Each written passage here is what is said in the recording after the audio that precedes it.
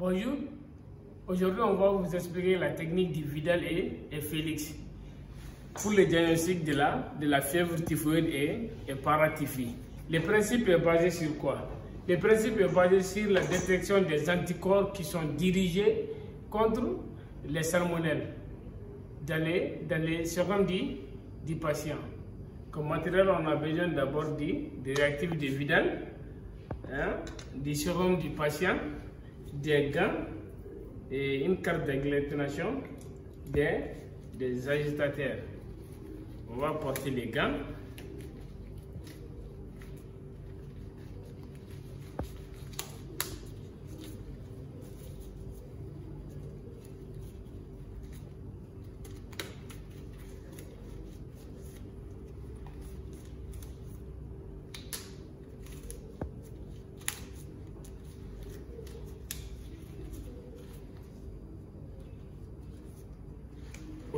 Voilà les réactifs.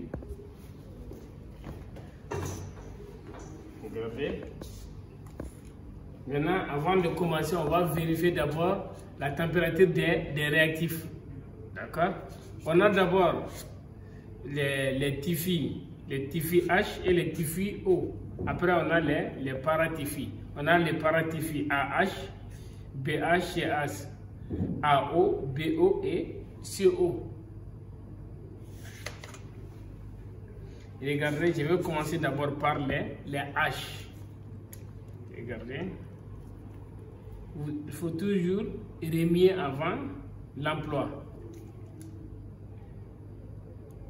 Je vais mettre une goutte ici.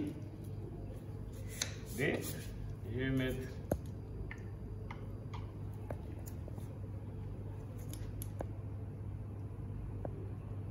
une goutte.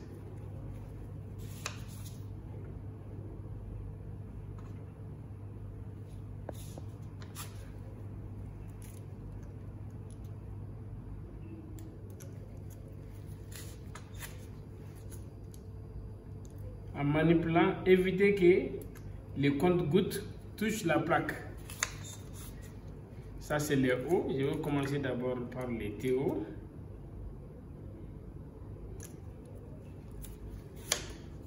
On a AO.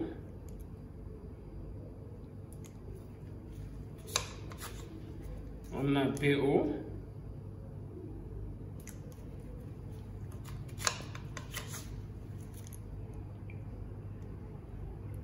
On a les CO.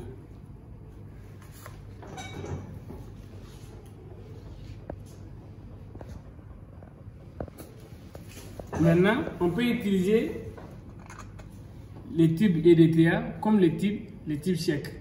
D'accord? Le sérum du tube EDTA comme le sérum du tube sec. Maintenant, regardez comment on fait. Je vais juste étaler les réactifs dans les cercles. Vous voyez? Vous allez étaler les réactifs dans les différents cercles.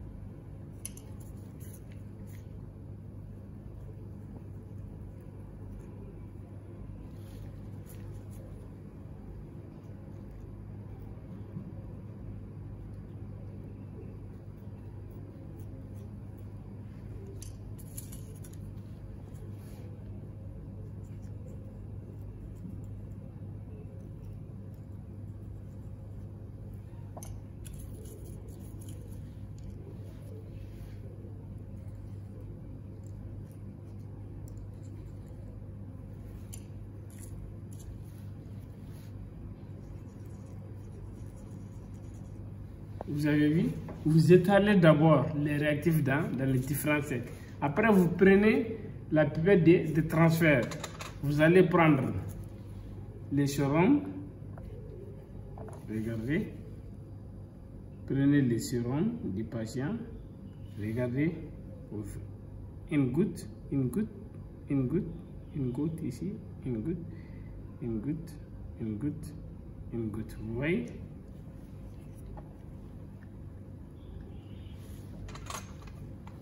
Et maintenant, vous allez agiter sur l'agitateur. Si vous n'avez pas d'agitateur, ça fait 1 minute. Regardez, vous agitez.